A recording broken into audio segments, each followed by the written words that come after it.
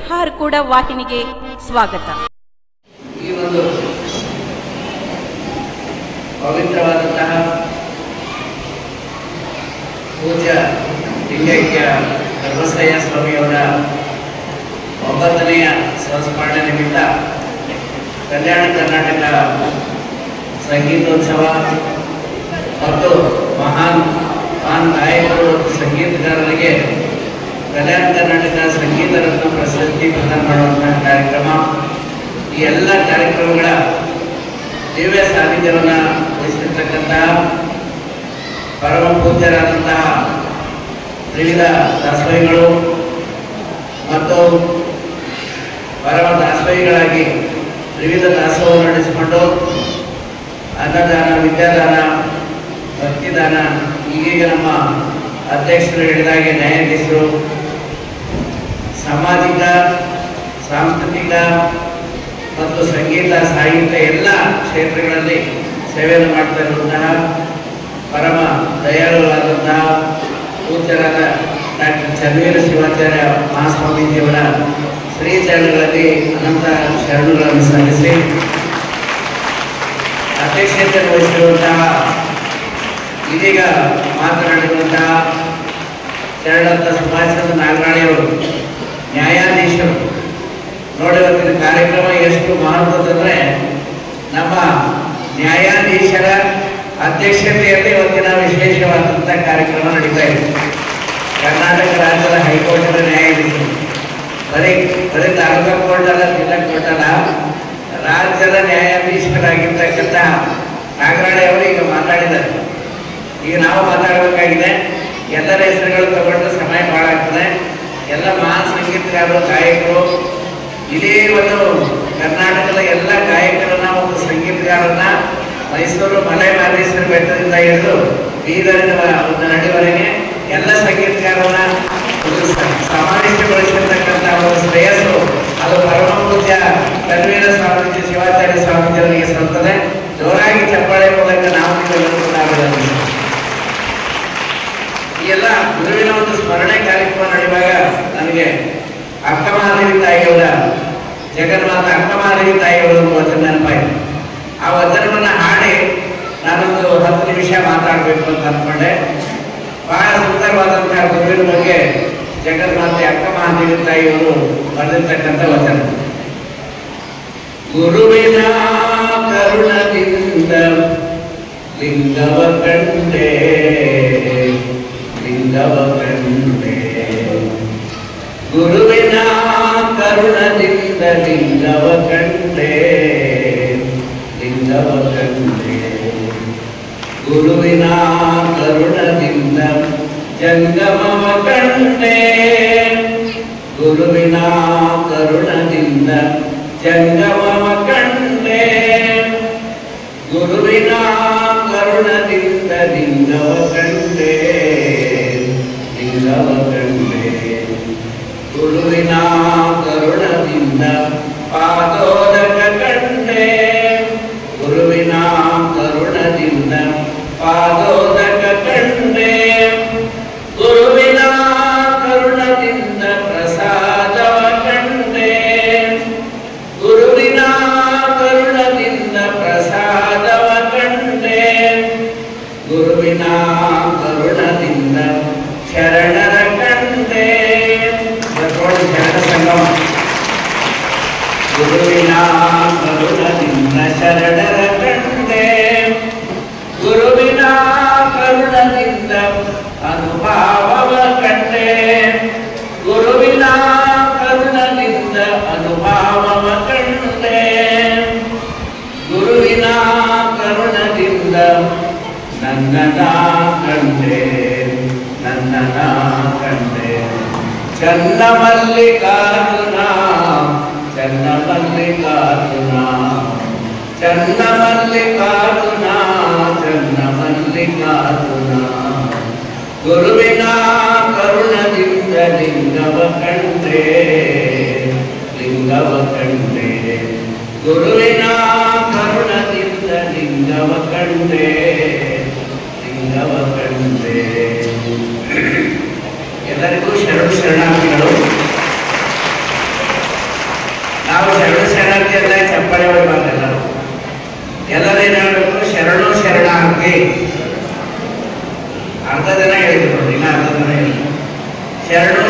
ಶರಣಾರ್ಥಿ.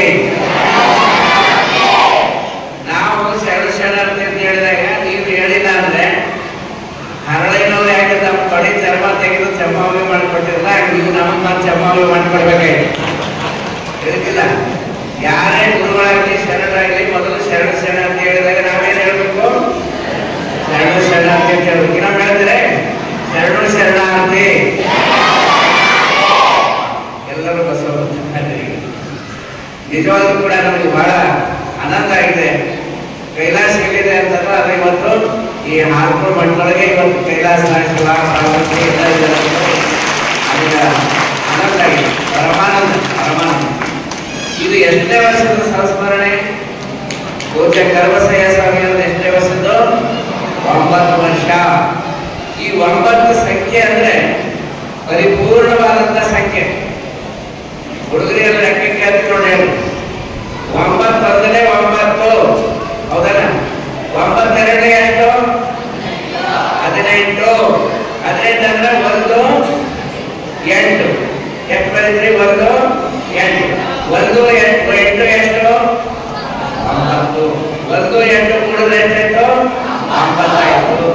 9 3 27.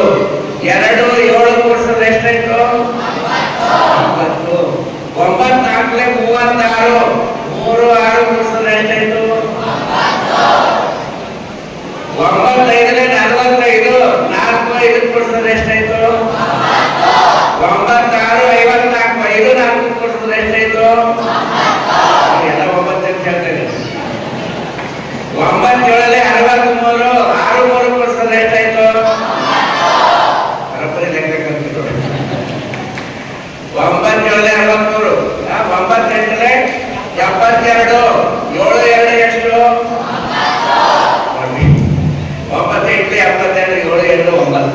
9 9 81. 8 9 ಎಷ್ಟು? 9. 9 90. 9 ಪ್ಲಸ್ 1 ಎಷ್ಟು? 9. ಯಾರಿಗೂ ಕೆಳಗಿನ ತನಕ ಎಷ್ಟೇ ಕೂಡಿಸಿದ್ರು ಸಹಿತ ಅದು ಎಷ್ಟು ಬರ್ತದಂದ್ರೆ ಅದು 9 ಬರ್ತದೆ. 9 ಪರಿಪೂರ್ಣವಾದಂತಹ ಸಂಖ್ಯೆ ಆಗಿರೋದ್ರಿಂದ ಇವತ್ತಿನ ಕಾರ್ಯಕ್ರಮವು ಪರಿಪೂರ್ಣವಾದಂತಹ ಕಾರ್ಯಕ್ರಮ. ಅದು 9 ಪರಿಪೂರ್ಣ ಸಂಖ್ಯೆ ಇದೆಯಲ್ಲ, ಅದಕ್ಕೆ ಇವತ್ತಿನ ಕಾರ್ಯಕ್ರಮ ಕೂಡ ಬಹಳ ಪರಿಪೂರ್ಣವಾಗಿರ್ತಕ್ಕಂಥ ಒಂದು ಕಾರ್ಯಕ್ರಮ.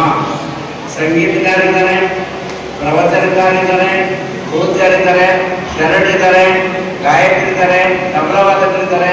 ನಮ್ಮ ಸಣ್ಣ ಮಕ್ಕಳು ಎಷ್ಟು ಚೆನ್ನಾಗಿ ಕರ್ಮಸಯ್ಯ ಸ್ವಾಮಿಯವರು ಕೂಡ ಇವತ್ತಿದ್ರೆ ಅಪ್ಪವ್ರು ಬರೆದಿರೋದೇ ಹಾಡು. ಅದು ಎಷ್ಟು ಚೆನ್ನಾಗಿತ್ತು ನನ್ನ ಕಂಠಸದಿಂದ ಹಾಡುಗಳನ್ನು ನೋಡ್ತಾ ಇದ್ದೀವಿ. ಇವತ್ತು ಗುರುವಿನ ಹಾರ್ಪುರ್ ಮಠ ನಮ್ಮ ನಾಗರಾಯಪ್ಪವರು ಹೇಳಿದಂಗೆ ಇದೊಂದು ದಾಸೋಹದ ಮಠವಾಗಿ ಕಲ್ಯಾಣ ಕರ್ನಾಟಕ ಭಾಗದ ಸುಪ್ರಸಿದ್ಧ ಅನೇಕ ಮಠಗಳಿದ್ರೂ ಕೂಡ ಏನ್ರಿ ಇನ್ಕಮಿಂಗ್ ಮಠಗಳು ಬಹಳ.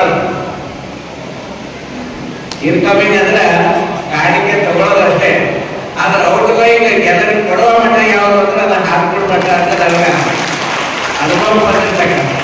ಕಲಾವಿದರಿಗೆ ಪ್ರೋತ್ಸಾಹ ಕೊಡ್ತಕ್ಕಂಥದ್ದು, ಪ್ರವಚನಕಾರರಿಗೆ ಪ್ರೋತ್ಸಾಹ ಕೊಡ್ತಕ್ಕಂಥದ್ದು, ಗಾಯಕರಿಗೆ ಸಾಹಿತಿಗಳಿಗೆ ಪುಸ್ತಕ ಪ್ರಕಟ ಮಾಡ್ತಕ್ಕಂಥದ್ದು. ಯಾಕೆ ಬೇಕಾಗಿತ್ತು? ಬರೀ ಪುಣ್ಯಮಾನ ಯಾಕೆ ಕಳಿಸೋದು ನಡೀತಿತ್ತು? ಅದರ ಜ್ಞಾನ ವಚನ ಸಾಹಿತ್ಯ ಸಂಪುಟಗಳನ್ನ ಪ್ರಿಂಟ್ ಮಾಡಿರ್ತಕ್ಕಂಥ ಶ್ರೇಯಸ್ಸು. ಅದು 12ನೇ ಶತಮಾನದಲ್ಲಿ ನಿಜವಾಗ್ಲೂ ಕೂಡ ನನಗೆ ಈ ಪೂಜೆ ಮಾಡ್ತಕ್ಕಂಥ ಒಂದು ಕಾರ್ಯಗಳನ್ನ ನೋಡಿದಾಗ ಚನ್ನಬಸವೇಶ್ವರ ಸಂಸ್ಥಾನ ಅಂದಾಗ ಆ ಚಿನ್ಮಯ ಜ್ಞಾನಿ ಚನ್ನಬಸವಣ್ಣನವರು ಉಡುಪಿ ಕಾಡಿನೊಳಗೆ ವಚನ ಸಾಹಿತ್ಯ ಬಚ್ಚಿಟ್ರೆ ಅದೆಲ್ಲ ಹೊರಗೆ ತಂದು ಪ್ರಕಟ ಮಾಡ್ತಾ ಇರೋದು ಈ ಚನ್ನಬಸವೇಶ್ವರ ಸಂಸ್ಥಾನ ಮಠ ಅಂತ ಹೇಳಿದ್ರೆ ಅತಿಶಯೋಕ್ತಿ ಆಗಲ್ಲ. ಯಾಕಂದ್ರೆ ಬಹಳಷ್ಟು ಮಠಗಳನ್ನ ನಾವು ನೋಡಿದ್ದೇವೆ. ಎಲ್ಲ ಕಡೆಯಲ್ಲಿ ಸಾಹಿತ್ಯಿಕವಾಗಿ ಸೇವೆ ಮಾಡ್ತಕ್ಕಂಥದ್ದು, ಸಂಗೀತಗಾರರಿಗೆ ಪ್ರೋತ್ಸಾಹ ಕೊಡ್ತಕ್ಕಂಥದ್ದು. ನಿಜವಾಗ್ಲೂ ತಾಯಿದ್ರೆ ಮತ್ತು ಮಕ್ಕಳು ಒಂದು ಮಾತು ತಿಳ್ಕೊಳ್ಳಿ. ವಿಶ್ವಗುರು ಬಸವಣ್ಣವರು ಬರ್ತದಾಗ ಹೇಳ್ತಾರೆ, ಶಿವ ಪಥವ ನಲಿಮಡೆ ಗುರು ಪಥವೇ ಮೊದಲು. ನಾ ಶಿವನನ್ನ ಅರಿಬೇಕಾದ್ರೆ, ನಾ ಪರಮಾತ್ಮನನ್ನ ತಿಳ್ಕೋಬೇಕಾದ್ರೆ, ಅವನ ಅನುಗ್ರಹ ಮಾಡ್ಕೋಬೇಕಾದ್ರೆ ಮೊದಲು ಯಾರು ಬೇಕು? ಗುರು ಬೇಕು. ಗುರುವಿನೊಡನೆ ದೇವನೆಡೆಗೆ. ದೇವರ ಕಡೆ ಹೋಗ್ಬೇಕಾದ್ರೆ ಗುರುವಿನ ಕೈ ಹಿಡ್ಕೊಂಡು ಹೋಗ್ಬೇಕು ನಾವು. ಗುರು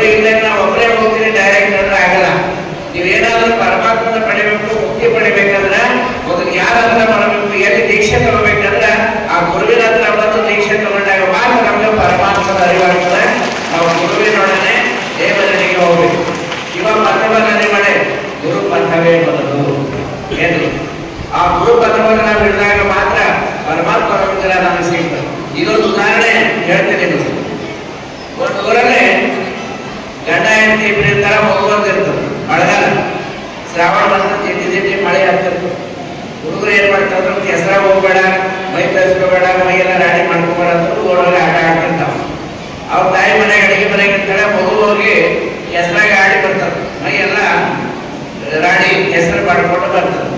ಅವರಪ್ಪ ಆಫೀಸ್ಗೆ ಹೋಗ್ಬೇಕಂತೇಳಿ ಎಲ್ಲ ಬಿಳಿ ಬಟ್ಟೆ ಉಟ್ಕೊಂಡು, ಪ್ಯಾಂಟ್ ಶರ್ಟ್ ಉಟ್ಕೊಂಡು, ಟೈ ಕಟ್ಕೊಂಡು ರೆಡಿಯಾಗಿ ಪೇಪರ್ ಓದ್ಕೊಂತ ಕೂತಾರೆ. ಒಂದು 5 ನಿಮಿಷ ಟೈಮ್ ಅದಾನೆ. ಆ ಹುಡುಗ ಏನ್ ಮಾಡ್ತಂದ್ರೆ ಬಾಬಾ ಬಾಬಾ ಬಾಬಾ ಅಂದ್ರೆ ಅಪ್ಪ ಅಂದ್ರೆ ಅಪ್ಪ ಅಪ್ಪ ಅಂತ ಬಂದು ಅಪ್ಪನಿಗೆ ಮುಡ್ಕೊಳಕ್ ಬಂತು, ಮುಡ್ಸ್ಕೊಳಕ್ ಬಂತು. ಅಪ್ಪನ ಮೇಲೆ ಹೋಗ್ಬೇಕಂತ ಬರ್ತದೆ, ಕೈಯೆಲ್ಲ ರಾಡಿ ಮಾಡ್ಕೊಂಡು. ಅವಾಗ ಅವ್ರ ಅಪ್ಪ ಏನ್ ಮಾಡ್ತಾನೆ, ಬಾ ನನ್ನ ಮೇಲೆ ಅಂತ ಹೇಳ್ತಾನೆ, ಏ ಗಲೀಜ ಹೋಗಂತೇಳಿ ಅಂತ ಹೇಳಿ, ಏ ಗಲೀಜ ಹೋಗಂತೇಳಿ ವರ್ಷ ಹೋಗಿ ಕಳಕ ಹೋಗಂತೇಳಿ ಬೈದು ಕಳಿಸ್ತಾನೆ. ಆ ಮಗು ಹತ್ತೋದ ಅಂತ ಎಲ್ಲಿ ಹೋಗ್ತದ, ಹೋಮ್ ಮಿನಿಸ್ಟರ್ ಹತ್ರ ಹೋಗ್ತದೆ.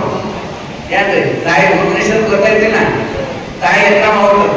ತಾಯಿ ಮನೆಗೆ ರೊಟ್ಟಿ ಬಡಿತಾ ಇದ್ರು, ಕೈಯೆಲ್ಲ ಹಿಟ್ಟಾಗಿತ್ತು. ಮಗು ಅಡ್ಕೋತ ಬಂತು. ಯಾಕಂದ್ರೆ ಅವ್ರ ಅಪ್ಪ ಬೈದು ಕಳಿಸಿದ್ದಾರ, ಏ ಕಳಕ ಹೋಗಂತೆ ಬೈದು ಕಳಿಸಿದ್. ಅವ ತಾಯಿ ಏನ್ ಮಾಡ್ತಾಳೆ, ಏ ಹೋಗನಂತೆ ಮರಬೇಡ ಅಂತ ಬೈತಾಳೆ ಅಂದ್ರೆ ಇಲ್ಲ. ತಾಯಿ ಏನ್ ಮಾಡ್ತ, ಆ ಹಿಟ್ಟಿನ ಕೈ ತೊಳ್ಕೊಂಡು ಜಾನಪದ ತಾಯಿ ಒಂದ್ ಕಡೆ ಹೇಳ್ತಾಳ್ರಿ, ಎಂತ ತಾಯಿ ಕರುಣಿರ್ತದಂದ್ರೆ ತಾಯಿ ಹತ್ರ ಹೋಗುವಂತ ಬೈದು ಕಳಿಸಲ್ಲ.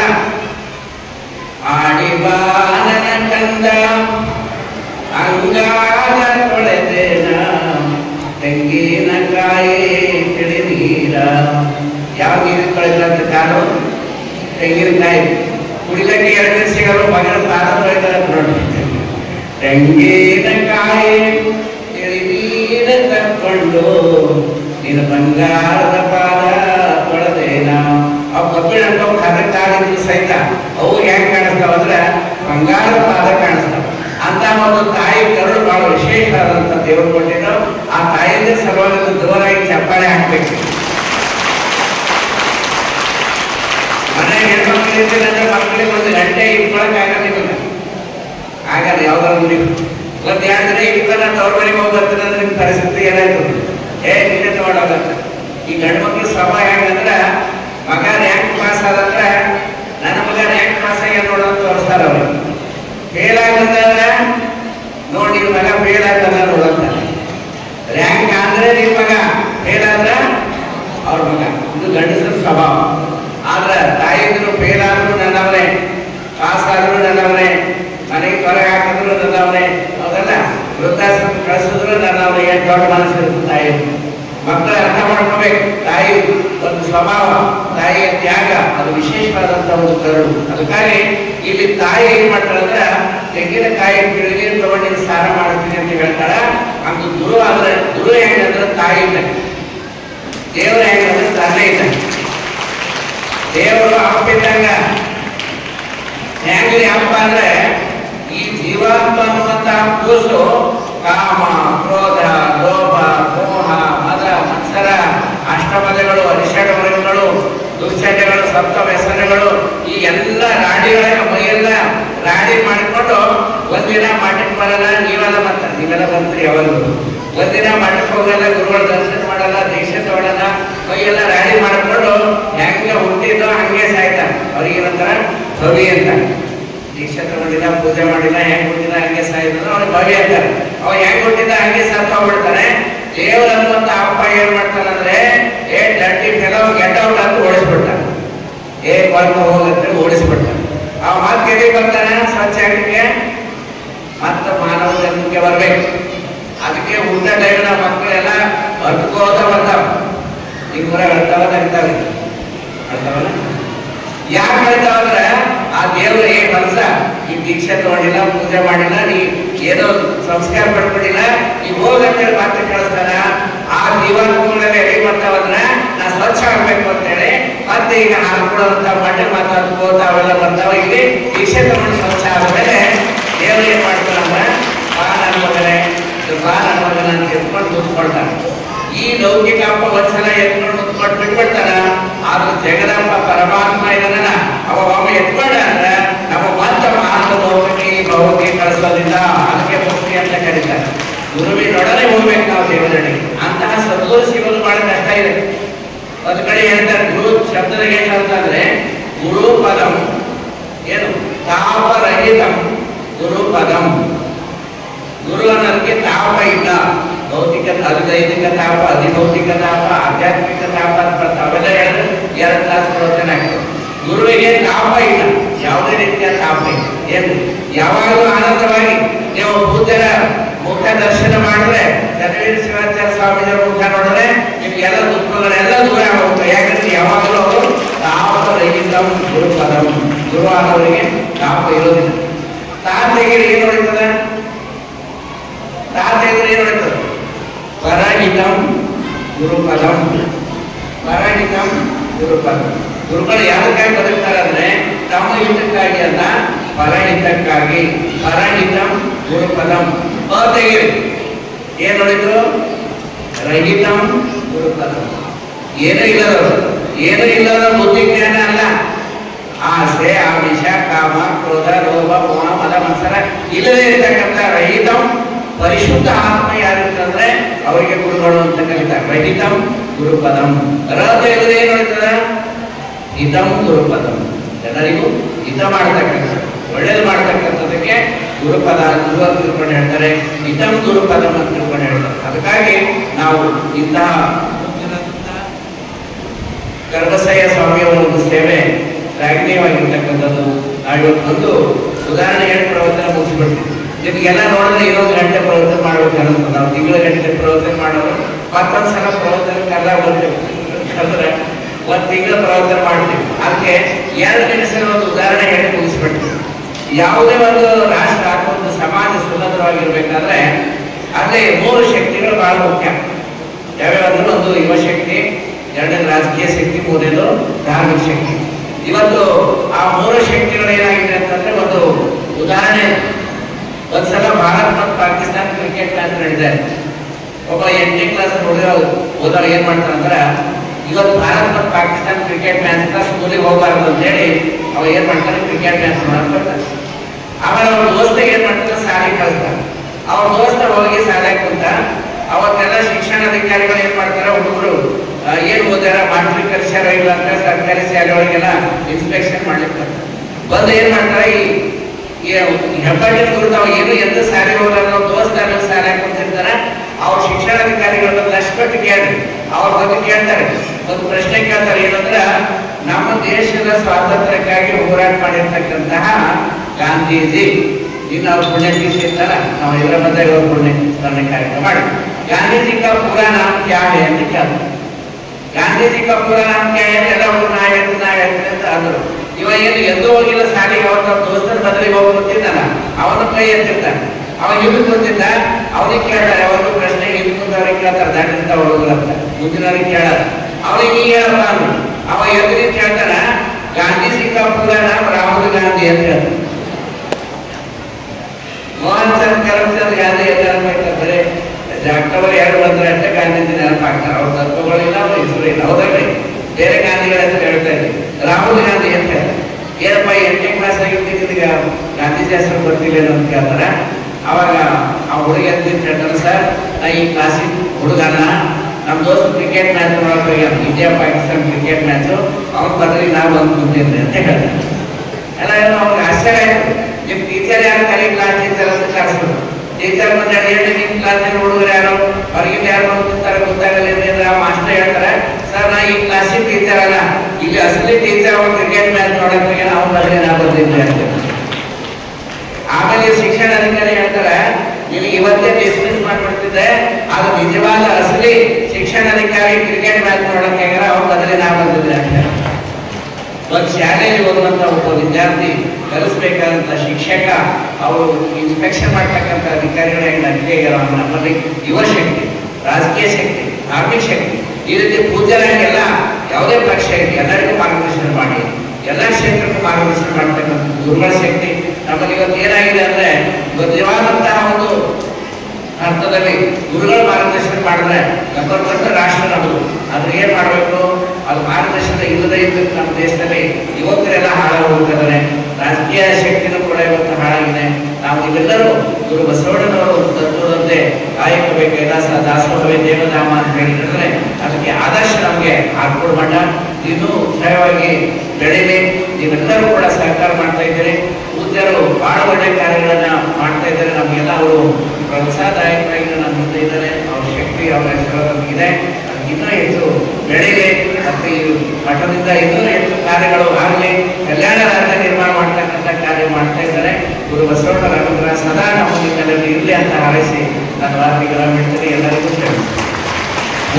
ವಾಹಿನಿಯನ್ನು ನಿರಂತರವಾಗಿ ವೀಕ್ಷಿಸಲು ಯೂಟ್ಯೂಬ್ನಲ್ಲಿ ಶ್ರೀ ಹಾರಕೂಡ SRIHARKOOD ಎಂದು ಟೈಪ್ ಮಾಡಿ. ನಮ್ಮ ಈ ಚಾನೆಲ್ಗೆ ಸಬ್ಸ್ಕ್ರೈಬ್ ಮಾಡಿ, ಬೆಲ್ ಅನ್ನು ಒತ್ತಿರಿ.